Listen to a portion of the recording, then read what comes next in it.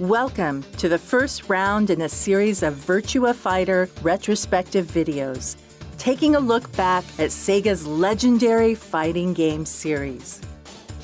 In 1993, SEGA changed fighting games forever.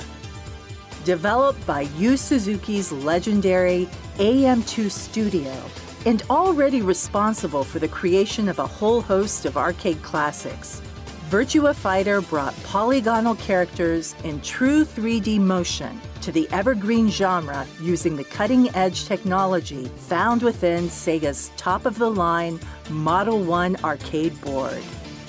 Moving away from the fireballs and other fantastical elements seen in similar games available at the time, Virtua Fighter used just 3 buttons to deliver a wide range of real-world martial arts techniques, all performed by 8 characters, so detailed it was possible to track the movement of individual 3D fingers and thumbs.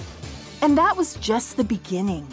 Braids, bandanas, and belts moved as the characters did. And Pai and Kage's headgear could even be knocked off and left to lie on the floor for the remainder of the round. This leap into the future also meant secondary costumes could be much more than recolored versions of their default counterparts too. Check out Jackie's change from slip-on shoes to boots, Kage's new leg wear, Jeffrey's sleeveless green shirt.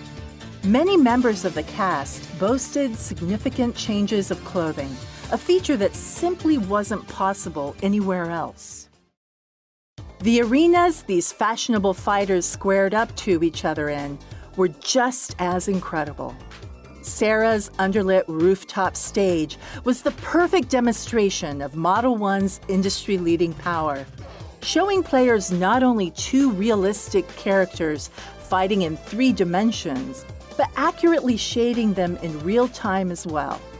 The dramatic lighting catching shins and open palms as characters pushed forward and illuminating their backs when they were knocked out on the floor.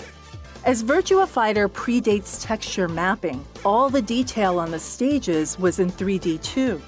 Even the bolts you see on the stage floor aren't textures, but rather entirely made of polygons.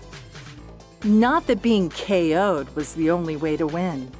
Emphasizing the 3D nature of the game, arenas were no longer a flat background, but a real physical space. And to step outside its bounds was an instant round-losing disaster. This opened up a whole new way of play. Being able to trip, push, and knock an opponent out of the ring gave even the weakest player a chance of turning the tables with the right move at exactly the right time. Virtua Fighter's phenomenal arcade success naturally saw the title brought home many times.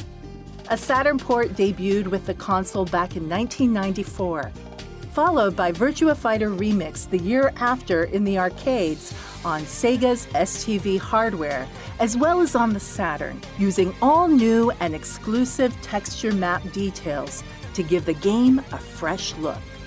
In the same year, the game also received an impressive port to the 32X. And to celebrate the series' 10th anniversary, Virtua Fighter had a very special home release made for Sony's PlayStation 2, including not only the original cast, but the entire Virtua Fighter 4 Evolution roster, recreated in the original's distinctive style, with everyone receiving an upgrade to their then-current movesets.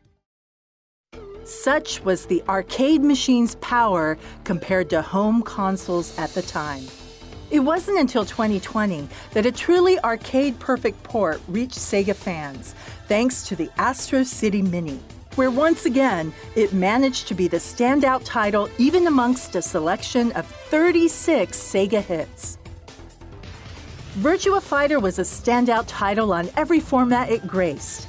With its unstoppable presence, became the template for all that followed, and remains today the very essence of this now universal genre distilled into its purest form.